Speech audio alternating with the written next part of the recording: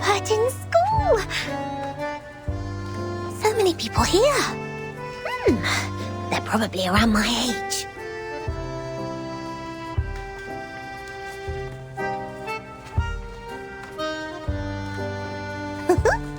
We've also got this many shelves in the library of Sotheby's Manor. Are there any alchemy workshops and potion warehouses here, like in our manor?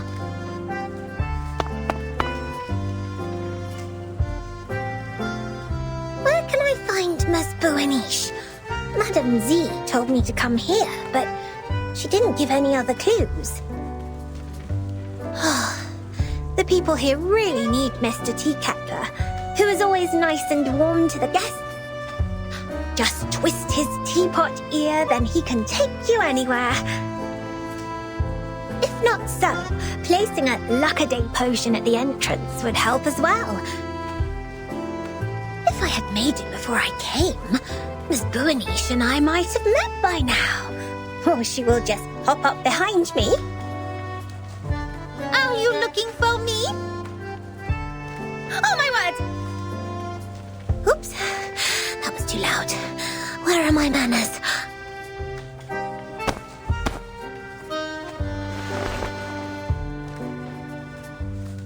Oh, nice to meet you. Are you Miss Bueniche?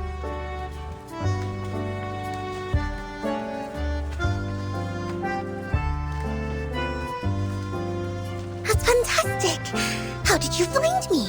Did you see me in the Oneiromancy? Or through a crystal orb? Either way, it is the great Arcanum. I'm much greater than that. Look at you, dressed as if you'd just been to a ball. You are as eye-catching as the pigment board on a sketch. I saw you the moment I came into the library. A ball? Does the foundation hold balls too? Non, I'm saying... Est-ce que tous les amis de Vertine parlent comme ça? Never mind. Madame Z told me you wanted to look up the materials on the mysterious school that believes in numbers here. That's right. Miss Mossel told me she will thoroughly check the documents in the Foundation archive.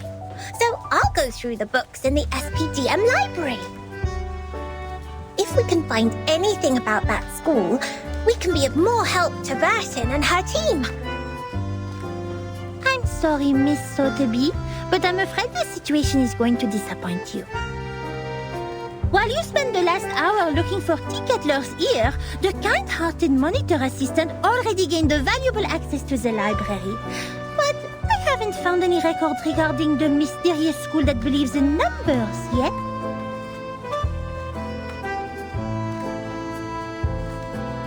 Oh, but Miss Mossel said there are so many books here that they can cover the entire back of a Stronsay beast. That's a bit exaggerated, but she's right. Nevertheless, the librarian was transferred to a more important position years ago due to the storm. Many old books are not yet sorted. Some even went missing in the chaos. The only relevant materials I could find are the stories of Pythagoras and some books on mathematical theorems. But I don't think they have anything to do with Vertine's issue.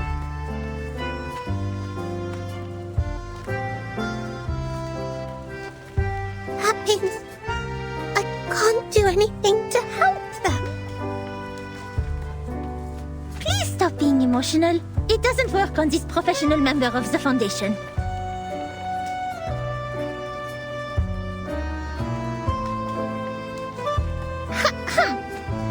Without field investigation permission, I can't take you out to collect information.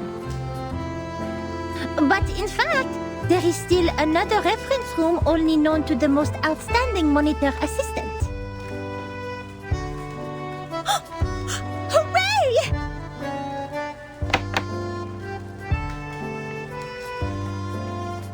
Shh, shh, shh. It's a violation to make noises in the library. Please follow me, Miss Sotheby.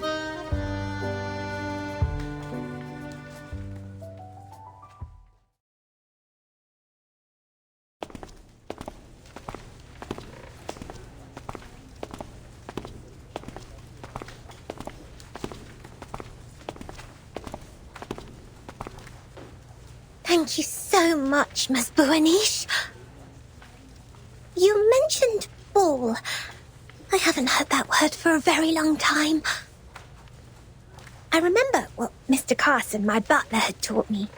He said, express your gratitude to fair ladies by holding a grand ball. I'll write to my father and ask for a brand new, unsinkable and maneuverable rock and roll park. I'm sure he will gladly say yes. Maneuverable rock and roll park? Yes.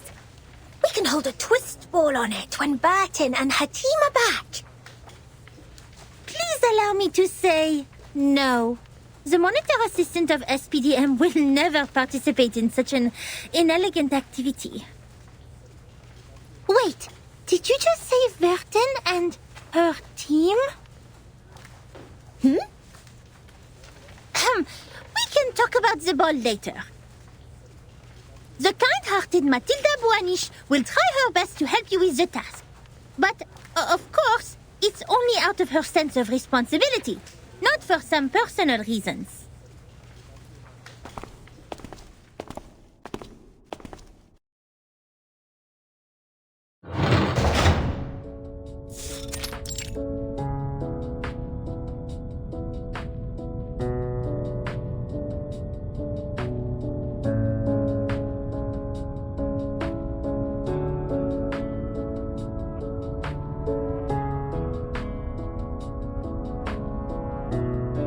We are the reference room storing unnecessary information.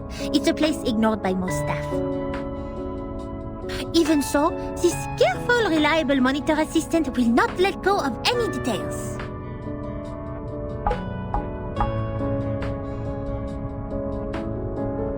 I hereby officially appoint you as the Chief Assistant of Monitor Assistant of SPDM. I will take my responsibility and teach you how to become a devoted Foundation member.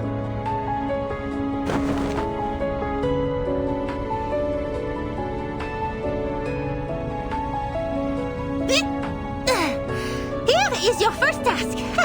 Read through these unsorted old files. All of them.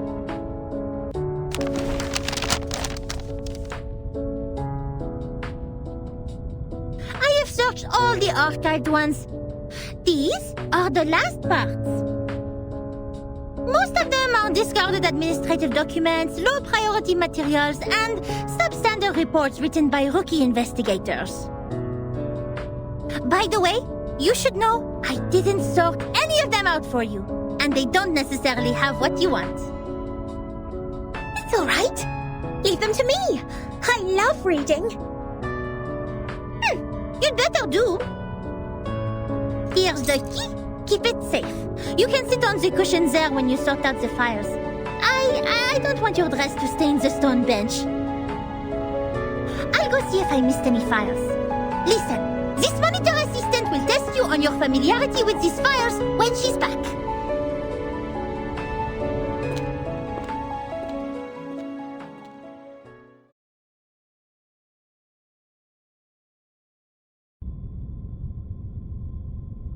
Double check completed. Looks like I didn't miss any relevant files. Phew, quite a long day. I doubt if that spoiled lady can finish all the materials. She must have been bored and fallen asleep, waiting for her tea kettler in the dream.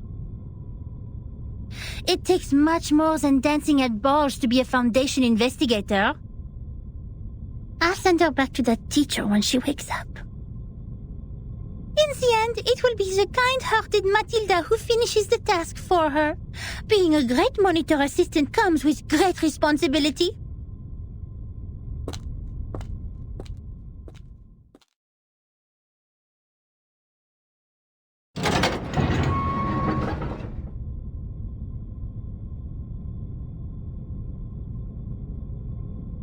Oh! Miss Boanish!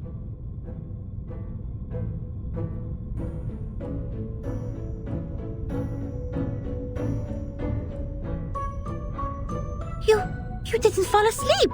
Did you sort out these files? Yes. And I love these books in uncommon shapes.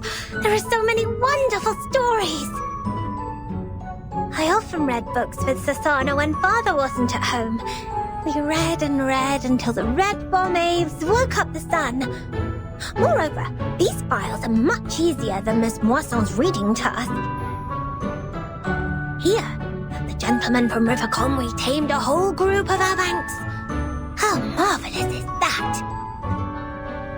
Oh, okay. Looks like you meet the basic requirements for being a rookie investigator. Tu es plus ou moins qualifié pour être mon assistante en chef.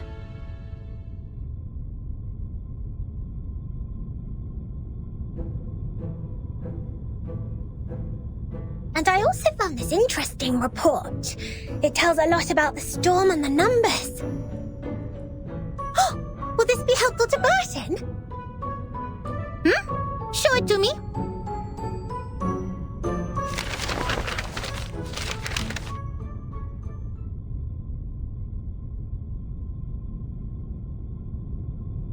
I have to say, it is undoubtedly a violation to submit such a report, but it will be a travesty of the truth and human sense if I cover it up. Peace, sense, justice.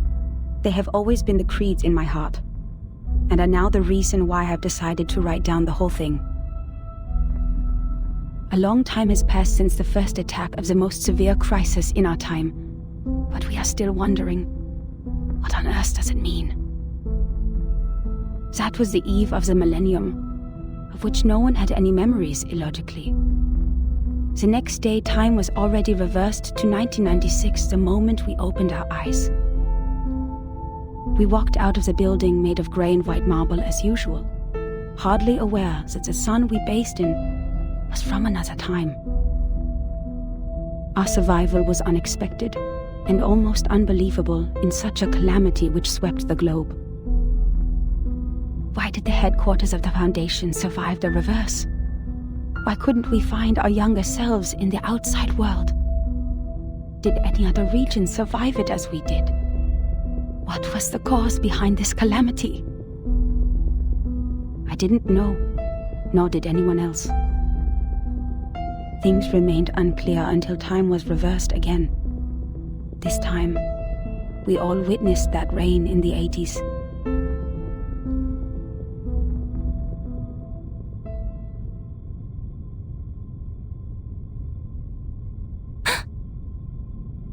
These files Burton needs? I think so.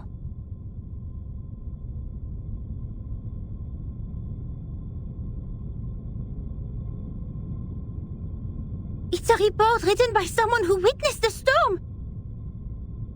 And it has recorded the storms before Burton became the timekeeper.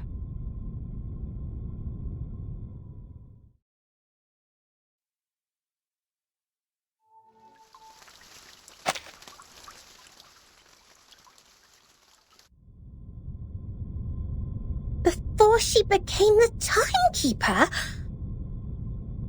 Whoa. So Burton wasn't born a timekeeper.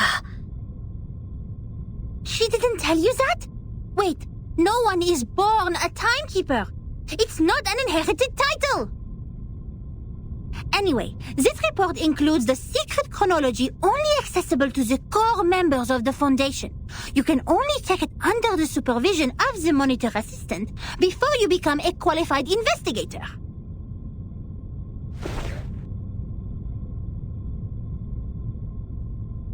No matter what the reason is, it shouldn't have been shoved in this dusty room like rubbish. To evaluate its authenticity and risk, the genius Mathilda Boiniche will fulfill her duty as the monitor assistant and carry out a thorough inspection of this report. If you agree to this resolution, please nod, Assistant Sotheby.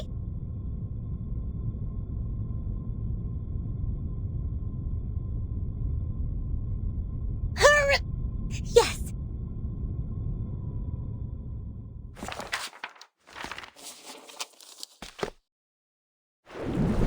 That was 1985. A gloomy, miserable night compared to that peaceful morning in 1996 when we were only bothered by confusion. We didn't expect time to be reversed again, nor did we understand the consequence. Even now, I still remember Paulina's desperate cry.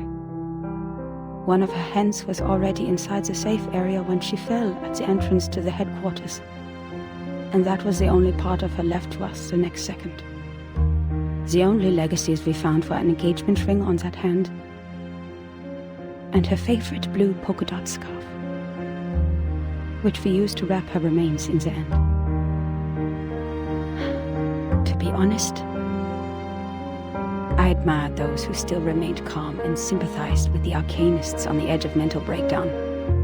It had nothing to do with the 1/4 arcanist blood in my body. It was only the kind of empathy which all mankind would share out of instinct in the face of a hopeless calamity. We lost many, too many colleagues. In the materials they sent back, we even saw all the horrifying phenomena, such as one's veins turning into electric wires. Since then, the storm, a word simply taken from visual observation, has been used to refer to the calamity. Of course, we can have a word for the calamity itself. But what words should we use to conclude all the absurdity and panic?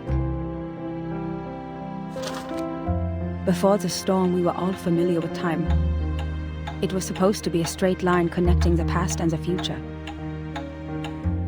We followed the line to move forward. We broke free from ignorance. We built civilizations. We developed technologies. We promoted the well-being of mankind. And we improved our living conditions step by step. We were so sure that we were making progress on the right path. But then, the path was taken away all of a sudden. Oh, time, our closest old friend, where are you taking us? Back to the two most painful war times in the 20th century, the era when no one had ever heard the hiss of steam engines, or the century when mankind was yet to be enlightened. So far, mankind has achieved a lot in history. Dynamos, automobiles, flyovers, railways, hospitals, poorhouses. But if it goes on like this, what is the point of all the efforts we have made? Now we are like a shipwreck left on the island of time, witnessing the fall of the whole modern world in the unstoppable tsunami.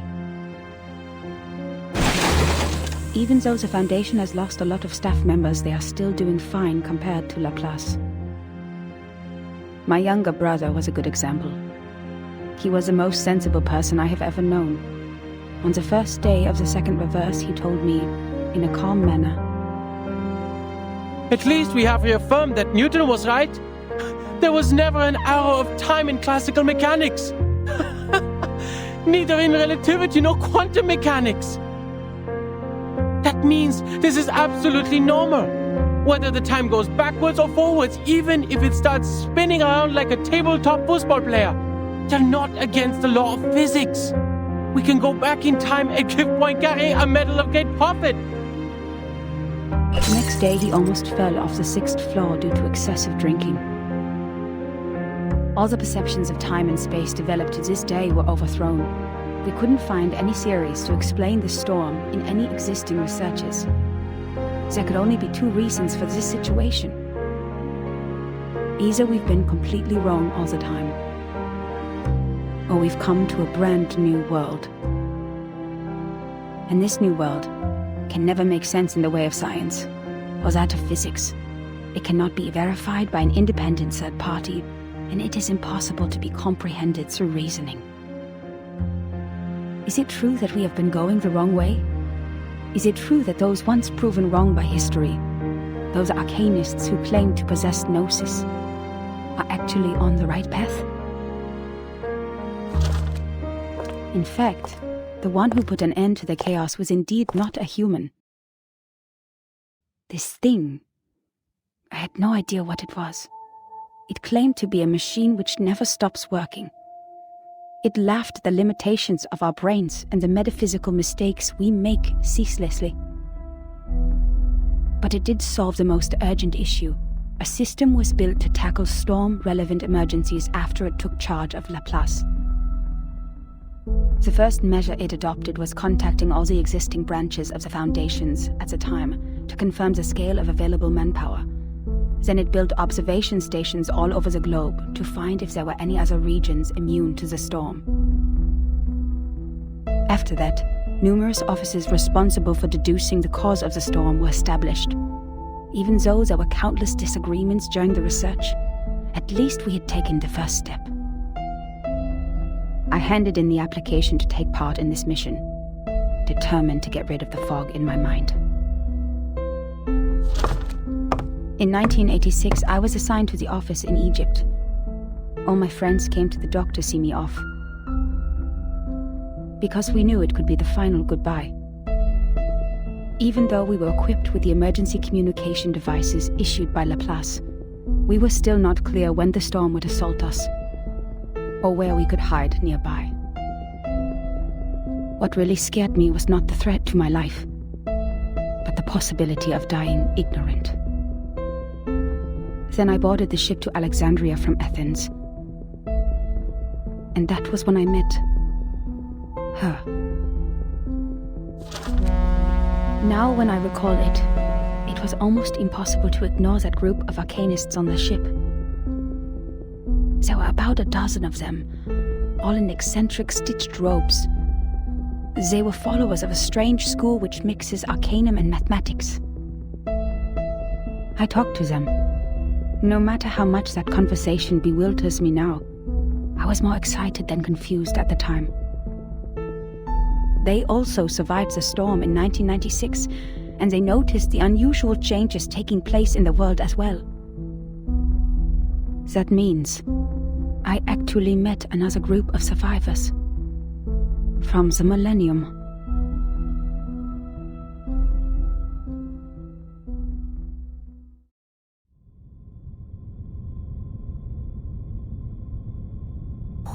Wait!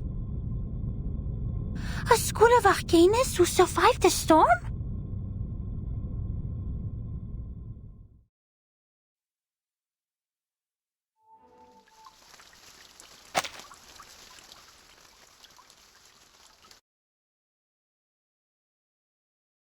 A mixture of arcanum and mathematics. The ship on the Mediterranean. Unbelievable. Our investigator actually met this group of arcanists who believed in numbers, and even left such a precious record down on paper. Does it mean we are close to being helpful to Virgin?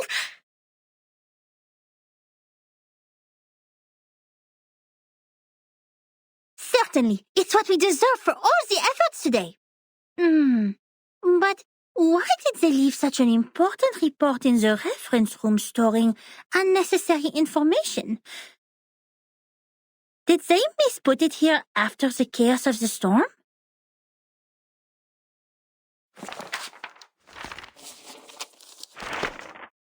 Among them, the most easygoing one was Hugh.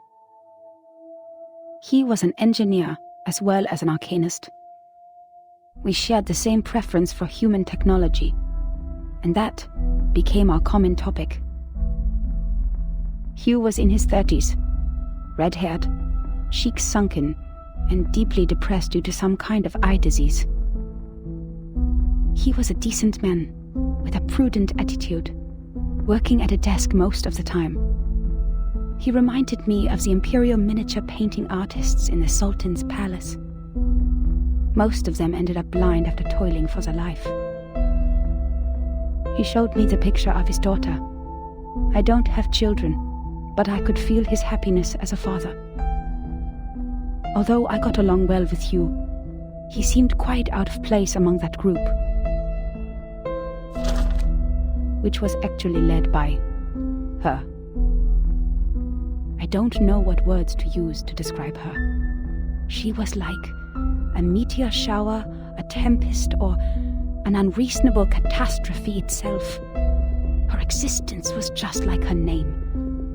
It was simple, yet implied a lot. Please forgive me for my cowardice. Even now, I don't have the courage to write down her name, if one would call that a name. In fact, she was quite a kind, warm-hearted person. Among all the unregistered arcanists I've met, she was one of the nicest ones towards the Foundation. She looked young, even though I heard she had a daughter too. Besides, she still possessed the innocence of a child, and that kind of excitement exclusive for genius. That's right. It seemed the whole world was like a sparkling toy to her. Our communication was heart-stirring at the beginning. Both of us were eager to find out what was happening, like two shipwrecked victims grappling at each other on the sea. But I didn't have the slightest idea what she was talking about, actually. The problem was not the typical communication issues between humans and arcanists. I was sure the language we used didn't pose any obstacles, but still I couldn't understand any words of hers. I would believe that one is highly intelligent if one can name all the factors of 11,567 without thinking. But what this one said was illogical nonsense which no one could ever imagine. She claimed that there is a world of numbers, above all else, where the non-physical essences of all things exist in the form of timeless, absolute, unchangeable ideas, and that the physical world where the time flows is nothing but an appendage, which has never been real or true. And that's why the chaos in this world is not worth any attention, and we should focus on what happened to the supreme existence. What an utter disaster combining modern maths with ancient superstition. I saw another hubristic arcanist pretending to be the prophet by reliving Platonism. I don't even bother to mention the balderdash on soul numbers. Even the New Age movement could use some of her absurdity. But that was not yet the end. She even claimed to be aware of the exact year when the next reverse would happen. But when I asked her about it seriously, she said, "My apologies. I've made an oath. I shall and only shall reveal the demonstration to people who have their own soul numbers." I'm not sure whether she was making fun of me or being serious, but I had this feeling that she was eager to tell me how she was granted the secret through a moment of afflatus. It seemed she just saw through the laws behind all things instead of finding them through logical deduction. Can't you see it? It is right in front of you. After I expressed my inability to comprehend her words 30 times, she finally gave up and proffered regrets. I'd rather take it as a new kind of humiliation. What really irritated me about her, however, was her contempt towards science and all the scientific research methods. As far as I'm concerned, the value of a theory lies in its reliability, universality, and generalizability. Our pursuit of the truth has laid the foundation of modern science, allowing us to change the world. Yet, in her eyes, the value of a theory lies in its beauty. I talked to her on the current situation, and I told her how we would save lives and preserve the hard-earned technology of mankind if we could find the pattern of the storm. It was of course not an easy thing to do and would take enormous manpower, so I asked her sincerely to join the Foundation. Yet again she responded with contempt. She believed they would only become another military squad of the Foundation's. Darling, maths are beautiful for their uselessness. That's why it remains noble and graceful in this sordid world, despite you humans' reckless action of using it to calculate ballistic. She turned down my invitation and left an unfairly negative comment on our storm observation project. The observation stations you built are destined to be toppled because their basis is the fragile world that follows the laws of physics. The efforts you've made are like nails on a sand beach, which will only be carried away by the next tidal wave. But I said, perhaps our efforts are in vain, but someone has to do it. We will try every corner of the beach before making the conclusion that the world we are living in is already a hopeless ruin. What a pragmatic, rigorous, and rational speech. But dear, the world is a hopeless ruin. The conversation ended in disagreement. I don't know why arcanists hate the world so much. Perhaps the reason is they have never been truly accepted. To this day, I still remember her venomous conclusion. The world built on past experiences has ended. In your words, which you used to mock us, why not embrace the reality?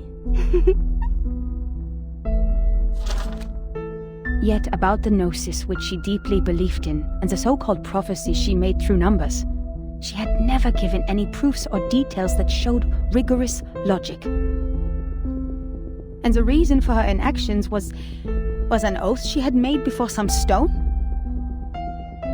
Therefore I believed her words were only the nonsense of a lunatic. When we first met, I thought she was different from all those psychos, who mistook the malfunction of their prefrontal cortex as the will of God. But they turned out to be the same. In the name of human sense, I swore everything she said was absurd and ridiculous to me. Until...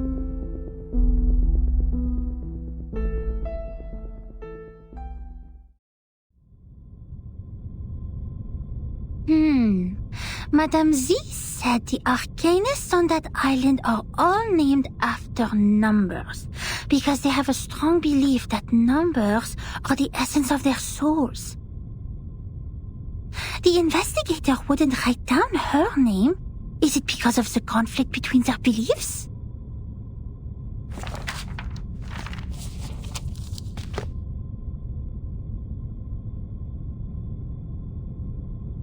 Huh?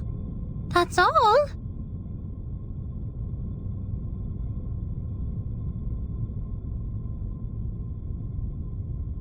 Submitting such an unfinished report would only cause problems for the reviewers and evaluators, but this investigator didn't even write down their name.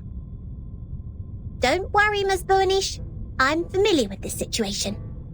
Every time after the brave Typhon defeats Jupiter, he returns to the Auto Island. But each time we twist the ear of Mr. Glassbox, Typhon will show up again and again. Ms. Moisson told me the ear is the key to bringing back our hope. Wait, don't tell me you are talking about the shows on the mechanical television?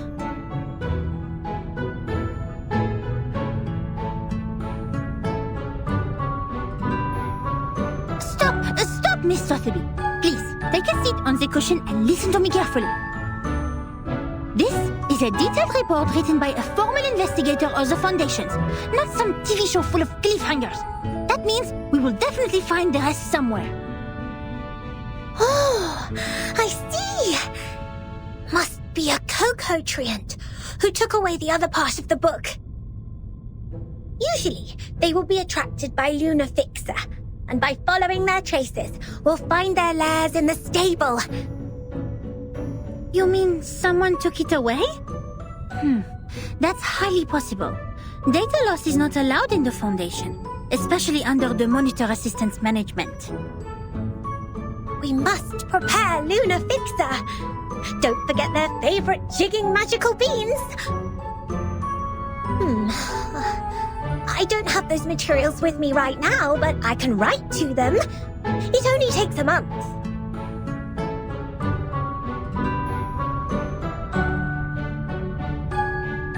Nuh-uh, we don't need that.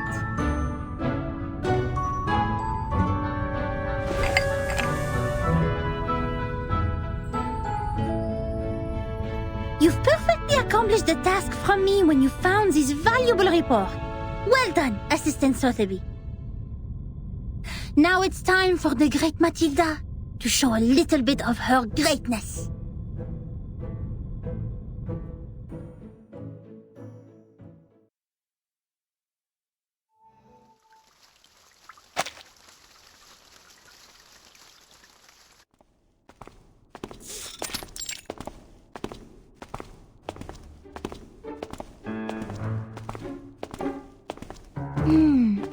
Judging from the omen, it's at the northwest, the beginning and the ending of the ring, where the wall reflects repeatedly.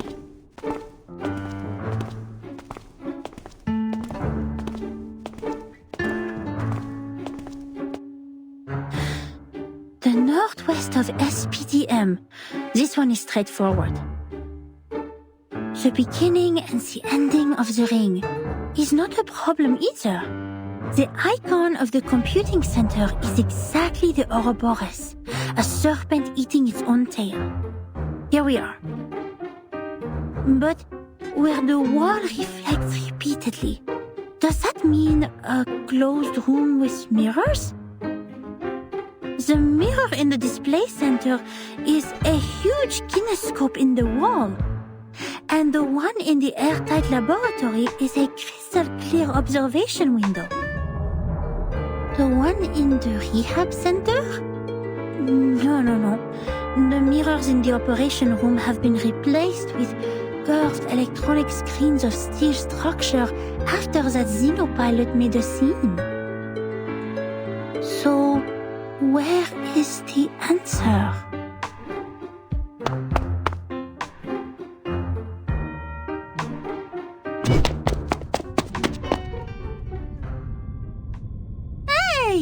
You just hit me! Shouldn't you apologize? Where did you come from, dork? Wasting my time.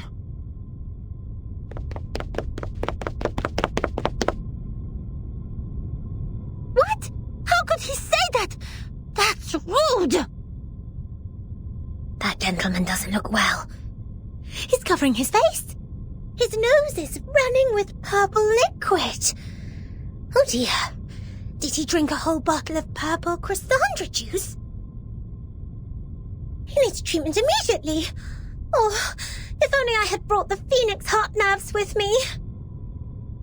He ran towards the rehab center. Nothing to worry about. Just another patient trying to prove he has recovered.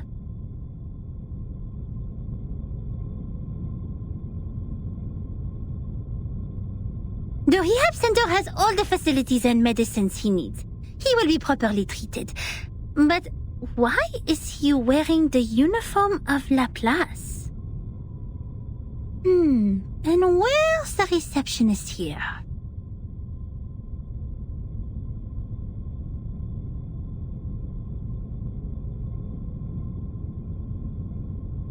Does everyone go to the weekend party night?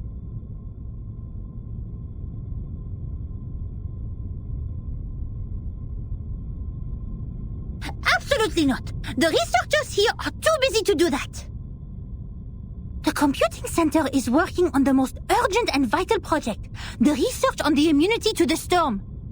We should not disturb them unless it's an emergency. So please stop calling the office and put down the telephone, Miss Sotheby. This is not the ear of a tea kettler, and it won't take you to any twist balls.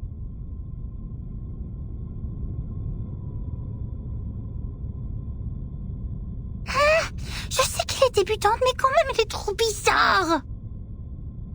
Guide new members with caution and patience. Trigger the afflatus at the right time. J'avoue que Verten a remporté une victoire temporaire sur ça.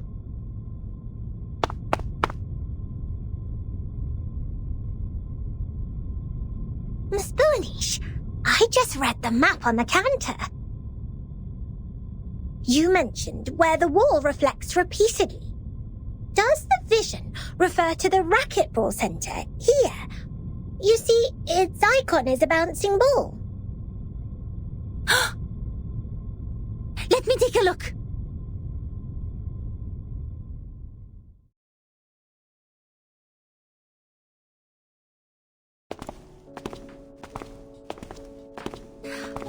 found it! This is really the right direction. Next, empty boxes, glasswares, and copper pieces. Looks like our destination has piles of metal.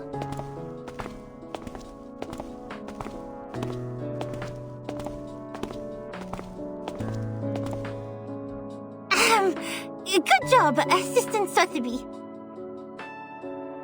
I have to say, I might have gone a bit too hard on you. You are more capable than I thought. Thanks to your prompt reminder, we have saved quite some time. Sotheby is glad to help.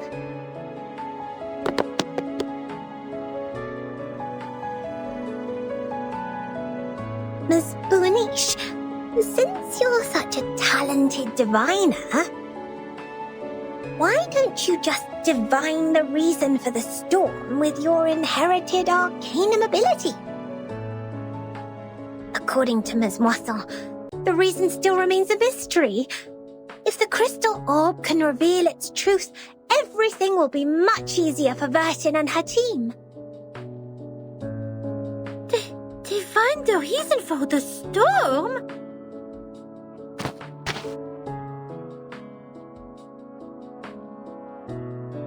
That's impossible for sure. It's a typical mistake of laymen to believe one can see everything through divination. You are an expert on potions and arcane creatures, but you have little knowledge on other subjects. Haven't you received any systematic education on arcanum? Education on arcanum? I'm of course well educated in arcanum, with Ms. Moisson as my tutor, and my arcane friends such as Typhon from the Auto Island, Jupiter, and... All right, enough.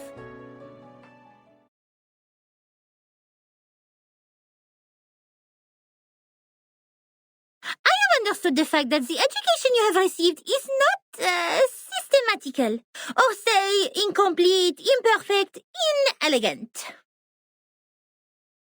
But don't worry, because you are talking to the kind-hearted Matilda. She will spend her valuable time to make it up for you.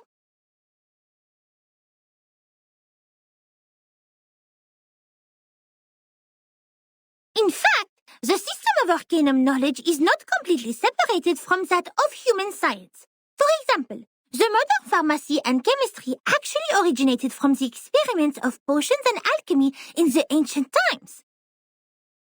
They developed into two different systems because arcanists focused more on the knowledge ignored by scientists, which is gnosis. The knowledge we learn from divination is exactly under this category. Wow!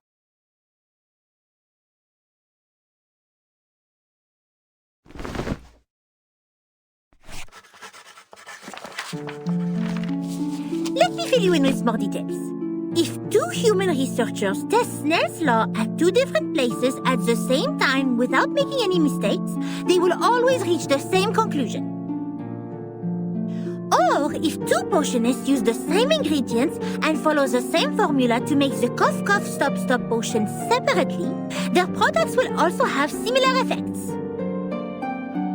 However, if two diviners respectively perform divination on the same thing, they will probably see totally different visions.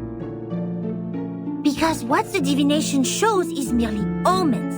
The interpretation of these omens is in fact a kind of subjective deduction based on the reality, and there is no such thing as a standard answer. Even if the two diviners draw the same conclusion, it is more of a coincidence than a result that implies generalizability.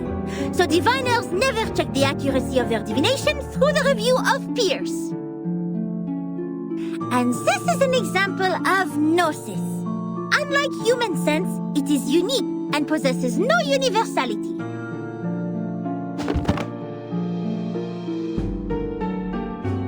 In other words, even if someone finds out a reason for the storm through divination, they can't have other diviners verify it, because 100 different diviners will give out 100 different conclusions. The scene will be even busier than a concert at Musique Verein. That being said, the more possible result we get from the divination is nothing. Divination cannot bring knowledge which the diviners have never learned. The divination of such world-class knowledge, as complicated as the reason for the storm, can only be performed by world-class diviners. We may find one or two diviners like that if time continues to be reversed. Like Nostradamus. But he lived in the 16th century. Besides, even Nostradamus is not always right. But Miss Buaniche is. Thanks to your divination, we're getting closer and closer to that report, right?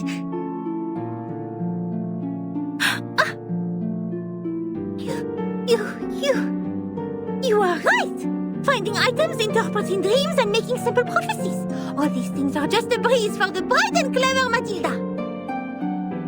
But inquiring about the storm is beyond my ability, and it will only bring misfortune. I will never make such a stupid mistake.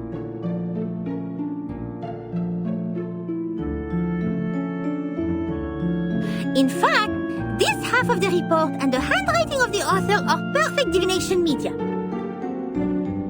Besides, our target is not far away from us, and I'm familiar with the surroundings, which have made things much easier than usual.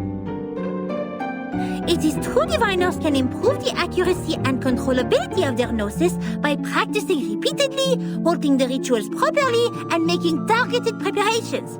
But that still doesn't mean the result will be absolutely accurate.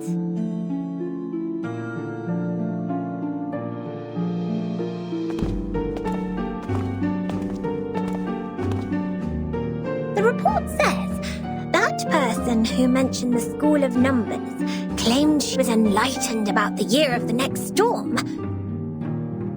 Is that also by divination?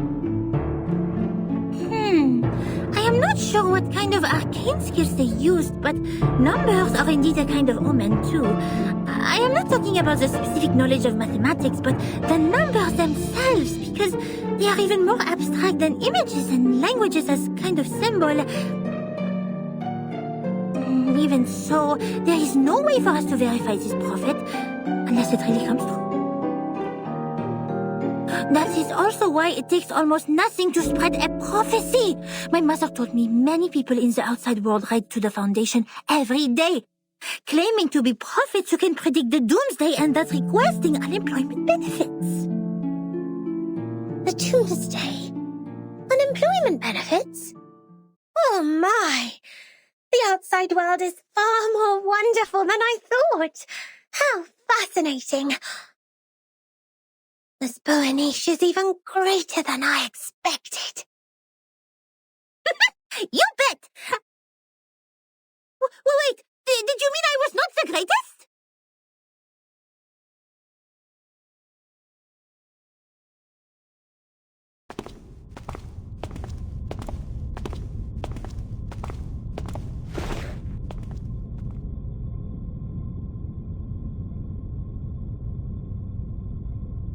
Here we are, Miss Sotheby.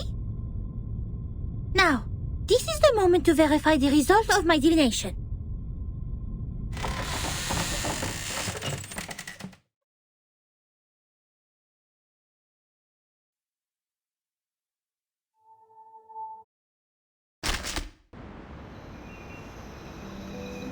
If you look at the ground after the rain, you can often see a wet, long trail, like this one. At the end of the trail, there may be a snail slowly crawling forward. Yes, forward. The snail marks the direction for us. But what if we don't see any snails at either end? How are we going to distinguish the direction to the future from that to the past? Ah, you just figured out how those researchers handled matters. Faced the ignorance and do everything they could to find the answers. When the rain rose, they struggled to collect every component left, hoping to preserve the castle built by science. Unfortunately, the effort was in vain.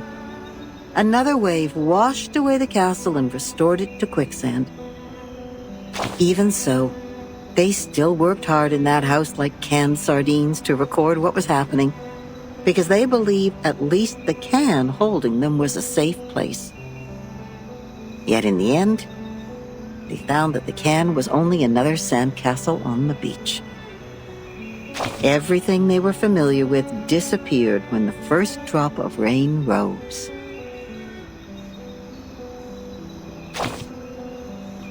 The chaos didn't last. If it really was the rain that swept away the snail and messed up time, then we should look at the silver lining.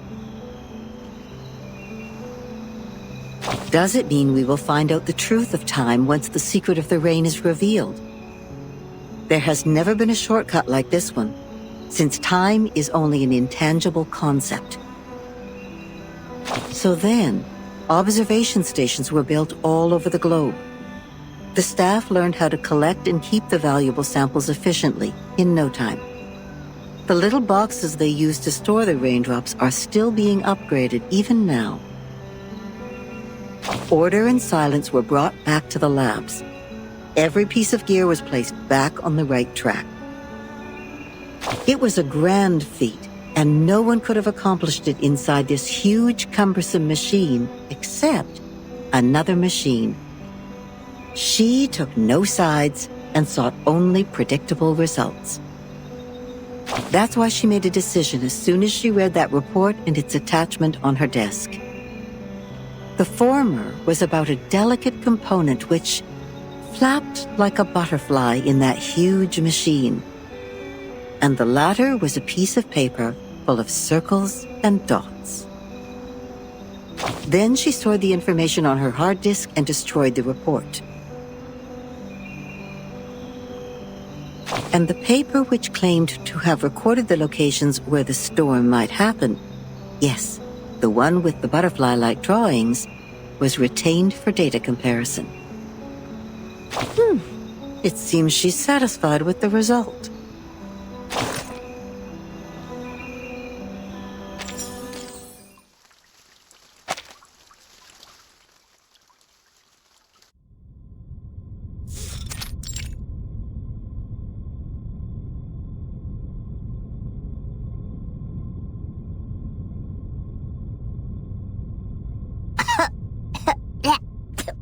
Where are we?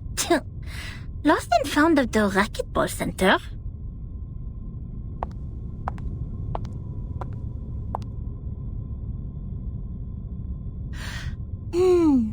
The orb showed copper pieces. We need to find something that seems to be locked, but is actually not. Aha! Found it!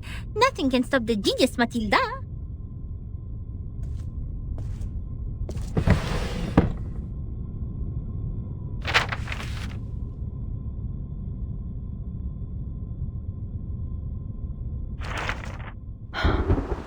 The trip to Egypt didn't go smoothly. The ship was hit by a common storm at sea. We were lost in the fog after that, completely off course. Then something emerged from the water. Since the first storm, the Foundation has received frequent sightings of arcane creatures which should have been extinct in history. I had no idea what I was shooting at even after I emptied the clip. And I didn't know what to do, so the arcanists brought us back on course. She named the precise longitude and latitude of our location, even without using the sextant in the spare cabin. I wonder how she did that. Perhaps the world did look different in her eyes. Then when I was about to step on a random plank on the ship, she suddenly dragged me back. I thought it was only an inappropriate joke. The next second, the plank broke. I was stunned, and as to how she saw that coming, she just answered me as if we were talking about the weather. Because that plank is deformed like a rhombus. I was confused. Where is the rhombus? She laughed. The rhombus can't be seen with eyes. You shall close your eyes, hearken to the teaching of the Supreme Existence, and seize the moment of afflatus. Of course, I didn't see anything. Nor did I understand what the moment of afflatus was. Perhaps it's just another privilege enjoyed by arcanists, just like their right to be lunatic. Nevertheless, she reached the correct conclusion in a completely wrong way. Is it really possible? Anyway, she saved my life. But that was not enough to settle the differences between us. She remained rejective to working with the Foundation, and I finally gave up on the attempt to persuade them. My mission on that trip was not to make contact with them. Besides, what we needed was builders of the storm observation system, not some liars who would only make things worse. As for the shelter they took from the storm, she wouldn't say a word, as if she were dealing with a spy who pried to find out the deepest secrets of the Arcanists. In the end, Hugh mediated between us. He gave me an address in Istanbul to which I could send the letters to contact them. After that, I spent more than half a year in the Egypt office. Things were even worse there than I expected. Some have gone missing after the storm.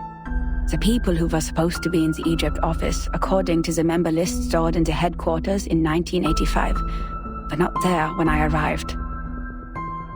The situation could be caused by the limitations of the transmission of paper-based materials, or because the computer was not yet popularized to every corner of the globe at the time. One minor mistake of a copyist could develop into a huge difference. Besides that, the chaos inside Laplace was an even worse issue.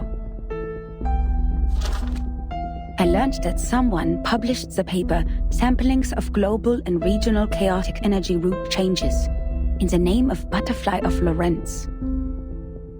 Apparently they secretly used our sampling sites, yet their research direction and conclusion were radically different from Laplace's. The researchers equally divided into two schools, one sticking to the human technology they have focused on, and one changing their direction to Arcanum. At the time, it was still too early to decide which direction was right, without sufficient experimental data. But many already believed that if time continued to be reversed, human technology would only keep falling into decline, while Arcanum, which relies on personal ability, would rise again. It's true that Gnosis cannot be copied, verified by an independent third party, or comprehended through reasoning. Its nature decides that it cannot lay the foundation of science or be popularized to every ordinary person. It takes solid marble to build a castle, not slippery sand. Even so, what harm will it do to rely on Arcanum when the underlying logic of all things has become unreasonable? Before the disagreement was settled, the storm in 1987 was predicted. We were ordered to return to the headquarters 24 hours before its arrival. But the prediction was not accomplished by Laplace. A captive from Manus Vindictae names the precise date of that storm. Our enemies, those lunatic xenophobes, valuing only pure blood, made it further than we did. Yes, we built observation stations, we made countless deductions, we developed multiple simulation models. We made efforts, we sacrificed life, we did whatever we could. Yet the result was that we didn't find any other regions immune to the storm, except the headquarters and another one in North America. In the end, 95% of the branch members were reversed, 87.9% of the equipment was destroyed, and 100% of our predictions failed. In conclusion, our endeavor brought no achievements. As for the captive from Manus Vindictae, the delirium patient who claims that oracles flowed under his parietal bone, when we asked him how he learns the precise date of the storm, he burst into laughter. Can't you hear it? Has God left you behind when he spread his grace? Then he smashed his own skull with a handcuff. Yes, there was no doubt. He was an incurable lunatic. But his insane nonsense was exactly the reason we survived the storm again. No matter how unreasonable or illogical it was, or how much a lie it sounded like. So we'd better believe we shouldn't go out in black today because the fish is swimming in the water. We'd better believe in the existence of the non-physical, everlasting, transcendent world where everyone's soul is a number. We'd better believe in the supreme existence which caused the disorder of time by merely casting its shadow. That means the life of individuals means nothing more than rubbish, and the world is but an imperfect ruin, where only the chosen ones will pass the trial, where the rest will be eliminated by the rain. How am I supposed to do that?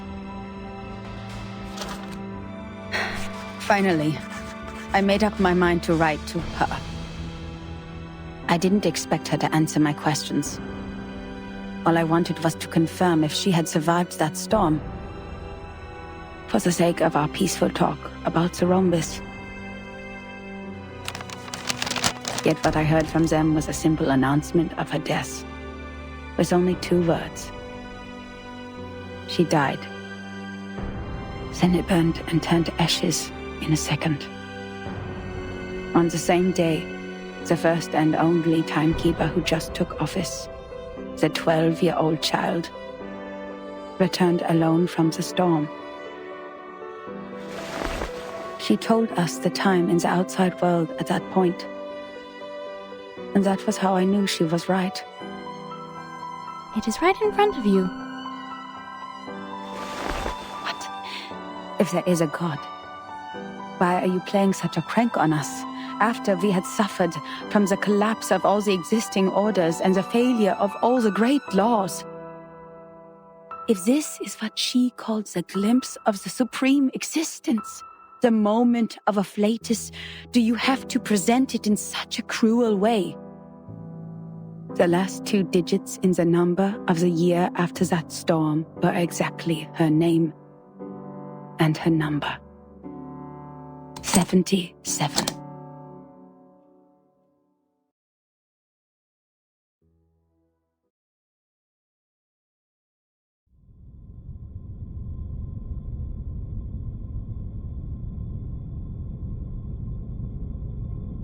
Incroyable! Incroyable! C'est vrai! Quelqu'un a vraiment fait cette prophétie! Bertin and Soneto will be thrilled to know what we found! Well done, Miss Sotheby! You performed as well as a formal investigator! We need to submit this report to your instructor immediately!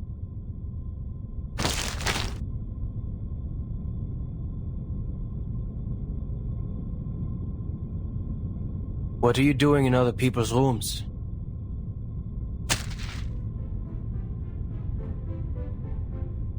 This is my personal item. You have no rights to take it. Please leave immediately. Personal item? This is a precious record that should have been submitted to the Foundation. According to Administration and Regulations for Dispatch Personnel, St. Pavlov Foundation Decree number 259, every member of the Foundation, when acting as a field investigator, is required to create a comprehensive investigation report of all their actions and promptly submit it. And they are obliged to ensure the authenticity, objectivity, and impartiality of the report. No personal bias is allowed in the content.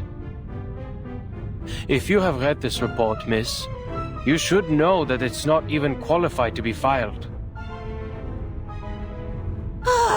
But this is an emergency!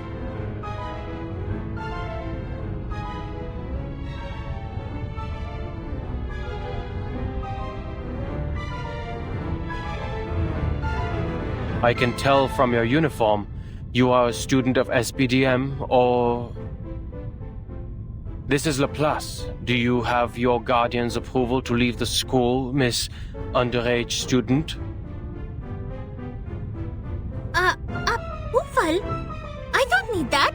I am not a student. You are talking to the exceptionally promoted monitor assistant of SPDM. Here is my ID.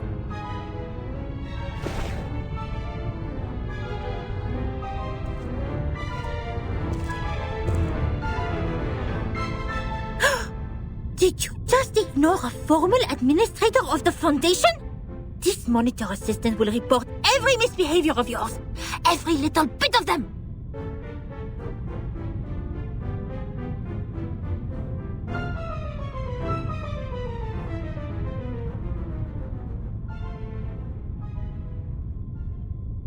Miss Moisson, we found that report here. The great Miss Buanish and I discovered some important information. I came to you and Madame Z immediately after we read it. Miss Buanish, why are you confronting Mr. Chair?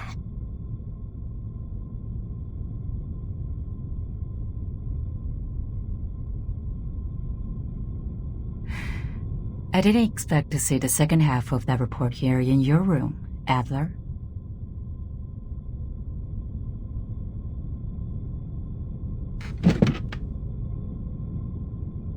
Don't call me that, friend. Why not just call me Enigma?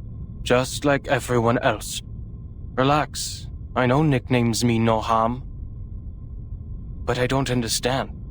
How is a report filled with meaningless words of any concern to you, Madame Z? It provides information about the Arcanist group Virgin is now dealing with. If possible, please give it to me. Of course. How can I turn down a request from Constantine's chief of staff? Take it away. I hope you don't mind the mold on it.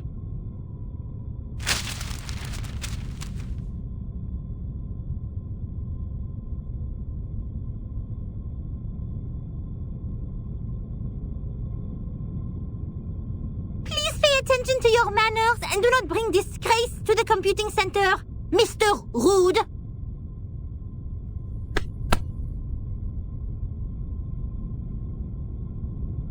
Ms. Buanish?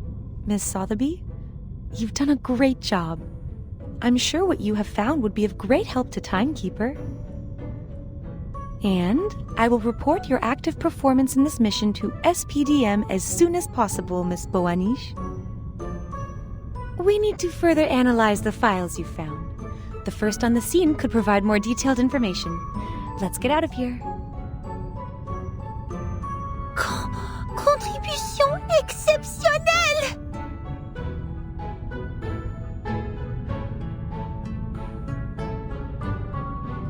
Oh là là, exceptionnel! Non, non! Calme-toi, Mathilda. I didn't accomplish it alone. Assistant Sotheby also played a significant role. Hooray!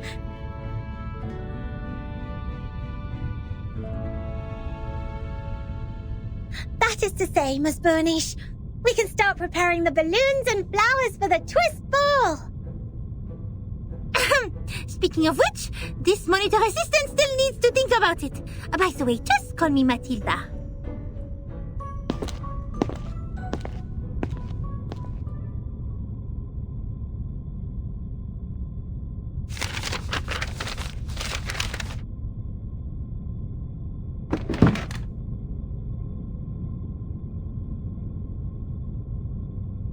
There will be no advance in human technology. You think so? Even thee, Madame Z, has given up on the study of theoretical physics and become a politician. No, I've never thought of that.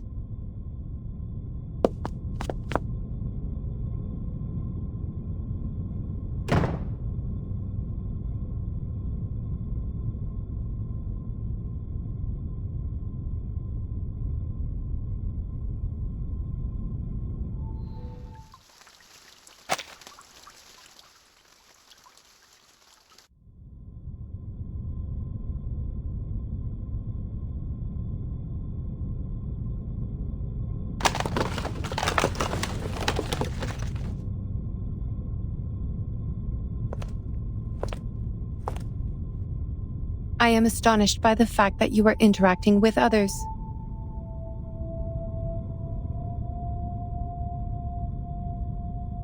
They broke in.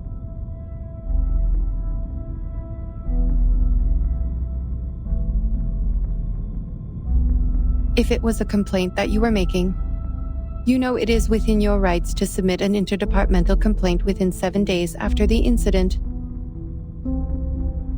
Don't bother. That file means nothing to me. I didn't file it because it is a report against the rules. Why bother to submit such a log full of personal feelings and emotional behaviors to our great, rigorous foundation? Is that so? I am gratified to find that you still have some sense. I too am gratified that you still have no idea that I was being sarcastic. Oh, that was sarcasm.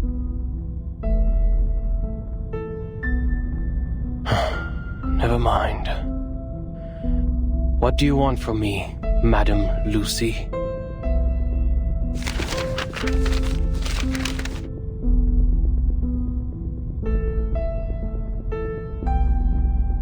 You went all the way to this dusty, rundown place so hurriedly that you even forgot to put on that pathetic mask.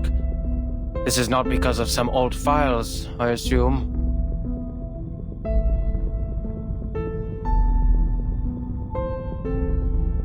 Certainly. I hope you can be the cryptographer of the Manus Vindictae's ritual. You are still the best. You are asking me, a human, to decode the ritual of a pureblood arcanist group? I don't see how I'll be helpful to this project. You cannot evaluate your own level of being of value, Adler.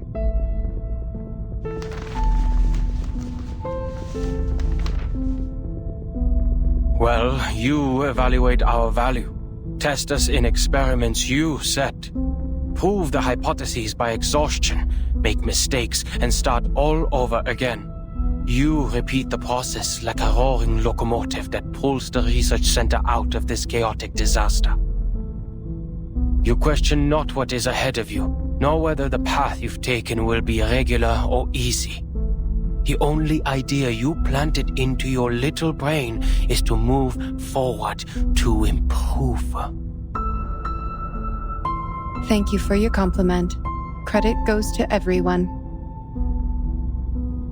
That was not even a... Miss Mirkar. Guess you agree, a life without creativity is not worth living. And that's the life that I wake up to every day. I'm no longer the person you thought you came here for. I'll never be able to combine human technology and Arcanum. And I'll never comprehend even the slightest part of it. I am useless to you.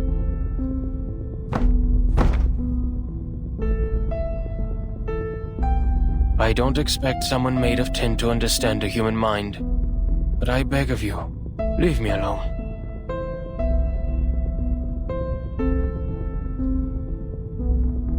The work of analyzing the masks of Manus Vindictae did not go well. A side effect occurs in the researchers, and it is getting worse. The isolation wards on the basement level are overwhelmed. What a scene. Have you aborted the experiment? Not yet. We have conducted the Arcanum imaging experiment on the masks, and found a component which also exists in the raindrops of the storm. But knowing what it is composed of does not help explain how it works. What we're looking for is the original ritual that the Manus cast on them. You're trying to figure out one's career planning from one's physical examination report. I wonder why it is not working. Even if somehow you manage to find the original ritual, you still need a proper environment to test it, which is the outside world with a coming storm.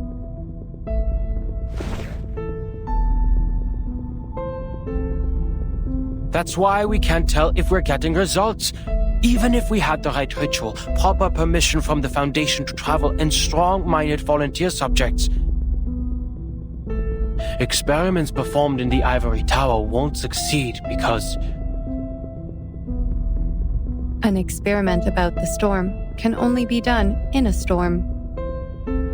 Glad to see your brain is not rusty yet. It only took you 3 sentences to draw the conclusion which took the seminar a week to reach. That proves you are capable of the project.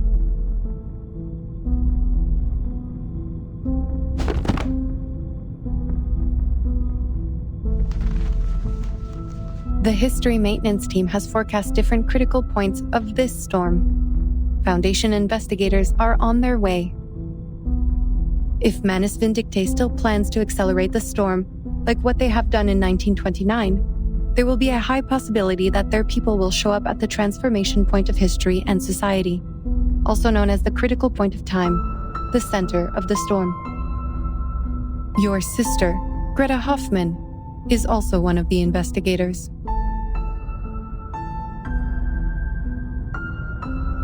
I have no interest in any Hoffmans other than myself. We have different perspectives. It is okay. I am just here to inform you that if any of the investigators successfully send the information of the ritual back, the research about the immunity of the storm will be conducted immediately. Take your time and be mentally prepared. But once the storm alert is issued, we only have 24 hours to verify the feasibility of the ritual. I wish you will be fully prepared by then.